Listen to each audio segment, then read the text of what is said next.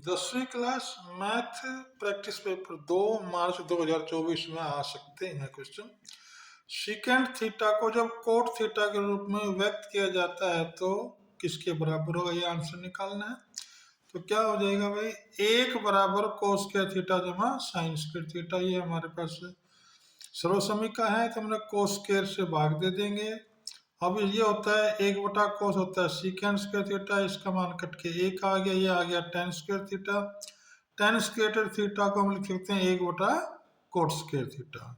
अब इसका लघुत्तम ले लेंगे तो यह क्या आ जाएगा, कोट स्क्वायर थीटा जमा 1 बटे coat square theta. Secant square theta बराबर इसके हो गया तो सीकेंट थीटा हो जाएगा वर्गमूल 1 जमा कोट स्क्वायर थीटा बटे कोट स्क्वायर थीटा। ये आंसर हो जाएगा।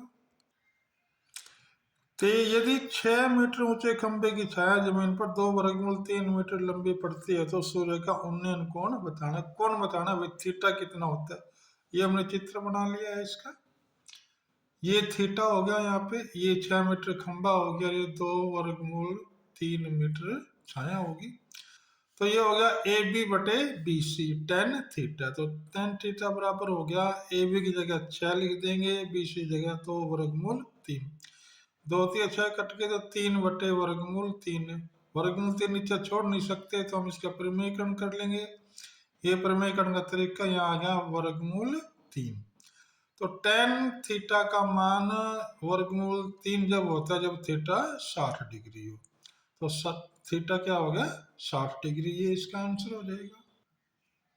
दी गई आकृति 10.5 सेंटीमीटर त्रिज्या वाले वर्त का एक त्रिज्याखंड है, त्रिज्याखंड का परिमाप ज्ञात कीजिए। तो वही देखो, ये हो गया थीटा, ये हो गया आर, हमने इसका सूत्र लगा देंगे, ये लगा दिया हमने। देखो आर ये लिख दिया, थीटा लिख दिया। त्रिज्याखंड का परिमाप का सूत्र होता है थीटा बटे 360 2 पाई आर। हमने इसका मान रख दिया और फिर इसको काट लिया, जो कटते हैं ये आ गया 11 सेंटीमीटर। तो डी भाग इसका आंसर हो जाएगा।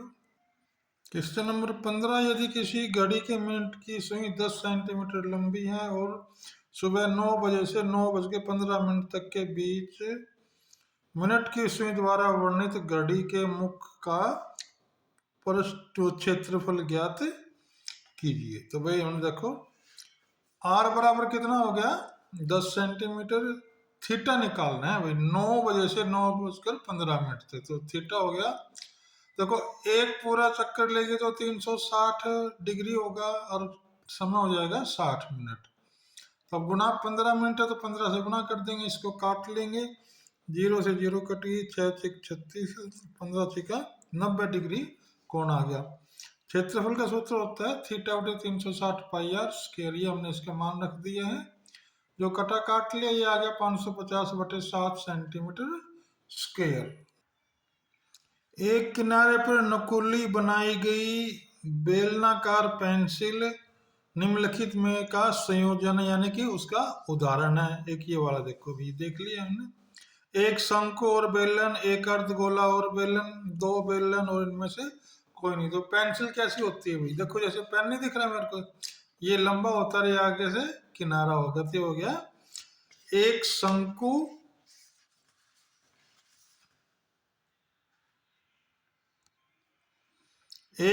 और एक बेलन। पेंसिल को हम ध्यान से देखें तो मैं ऐसे ही दिखती है। एक बल्लेबाज द्वारा 35 अलग अलग मैचों में बनाए गए रन इस प्रकार है भाई। ये रन बना रखे हैं, हमने क्या निकालना है, 60 से कम रन बनाए। देखो भाई ये 60 या 60 से ऊपर के हो गए, ये सारे 60 से नीचे हैं। तो इन सबका जोड़ कर लेंगे, क्या आ जाएगा 5 जमा 7 जमा 4 जमा 8 बराबर 24। इसका आंसर हो जाएगा। प्रश्न नंबर 18, संख्या 1 से 27 तक एक संख्या चुनी जाती है, इसकी अभाज्य संख्या होने की प्रायिकता ज्ञात कीजिए। देखिए कैसे करेंगे, कुल परिणाम तो हो जाएंगे 27, अभाज्य संख्या आ गई 9। कौन कौन सी, 2 3 5 7 11 13 17 19 और 23 भाई। तो अभाज्य प्रायिकता अभाज्य संख्या होगी 9/27, काट के आ जाएगा 1/3। ये आंसर हो जाएगा। ये भाई इस टाइप का क्वेश्चन अभी डाला गया है। अभी कथन का मतलब क्या है कि एक क्वेश्चन दे रखी है, पहले हमने इसको सरल करके देखेंगे इसमें 34 पद है या नहीं है। यहाँ देखिए a बराबर 7 हो गया, d बराबर 11 घटा 7 बराबर 4 और an हो गया 139। हमने an का फार्मूला लगा दिया, हम इसको सोल्व करते चले गए। यहाँ आ गया n बराबर 34। इसका मतलब ये सही है, ये संख्या 34 आ गई तो ये बराबर है, इसका मतलब अभिकथन सत्य है, सही है। अब हम तर्क देखते हैं। तर्क में क्या दिया हुआ है, किसी एपी के लिए पहला पद ए है, सामान्य अंतर डी है और एन पदों की संख्या है, तो एस एन का सूत्र ये होता है। ये एस एन का सूत्र सही है, लेकिन वही पहले वाले में अभिकथन में हमने क्या निकाला था, एन निकाला था। तो ये इसका आंसर किस प्रकार लिखेंगे, देखिए इसका आंसर बी भाग होगा। अभिकथन और तर्क दोनों ही सही हैं, परंतु जो तर्क है ना, ये वाला हिस्सा जो अभिकथन को सही वाक्य नहीं करते, यानी कि अभिकथन में जो स्टेटमेंट दे रखी है उसको नहीं मानता, क्योंकि अभिकथन में एन निकालने का फार्मूला प्रयोग किया गया था। क्वेश्चन नंबर 20 देखते हैं। अभिकथन है किसी वृत्त की स्पर्श रेखा वृत्त के अंदर एक बिंदु से खींची जा सकती है। ये गलत बात है भाई, इसका मतलब ये जो लाइन क्या है, असत्य है। फिर दूसरा तर्क दे रखा है, किसी बाह्य बिंदु से वृत्त पर खींची गई स्पर्श रेखाओं की लंबाई बराबर होती है, ये बात सही है। तो इसका आंसर क्या देंगे हम, अभिकथन तो गलत है परंतु तर्क आर सही है, तो इसका मतलब आंसर डी होगा। ये जो डी भाग है इसमें दिया हुआ है, देखिए अभिकथन और तर्क दोनों सही हैं और अभिकथन ए की सही व्याख्या करता है। जब तो ए भाग लिखना था, हमारे में नहीं हो पाया था, 1900 की बात चल रही है। 1900 के बी भाग में देखिए अभिकथन और तर्क दोनों ही सही हैं, लेकिन तर्क अभिकथन की व्याख्या नहीं करता। सही बात नहीं बता रहा था भाई, क्योंकि उसमें एस एन का फार्मूला लगाया था और उसमें हमने एन का फार्मूला लगाया था।